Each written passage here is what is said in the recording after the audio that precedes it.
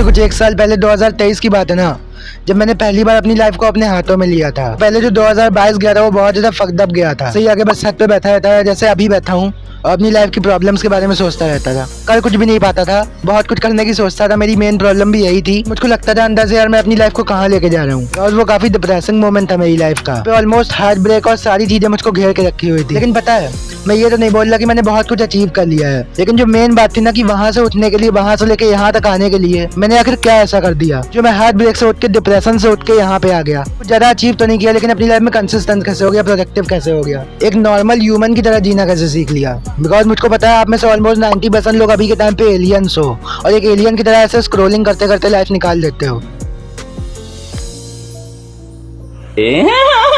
Life में जहाँ कोई पर्पस नहीं होता, फिर मुझसे आके बोलते हो भाई लड़की नहीं मिल रही। और उसके पहले मुझे भी कोई लड़की नहीं पूछती थी, क्योंकि मुझको डिप्रेशन चढ़ा हुआ था। मैं घर से बाहर ही नहीं निकल। सीधी सी बात है, जब खुद ही किसी से नहीं बोलोगे तो दूसरा अपने आप थोड़ी नहीं बात करने वाला है आकर।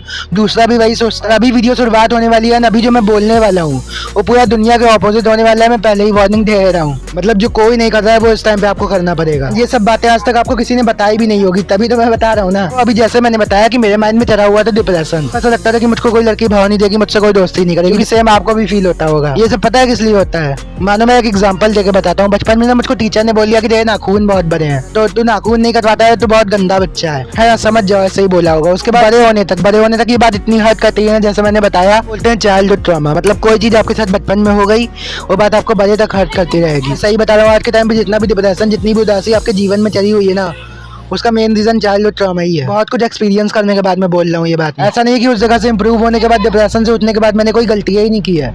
गलतियां उसके बाद भी की है, लेकिन आपको पता है क्या करना होता है?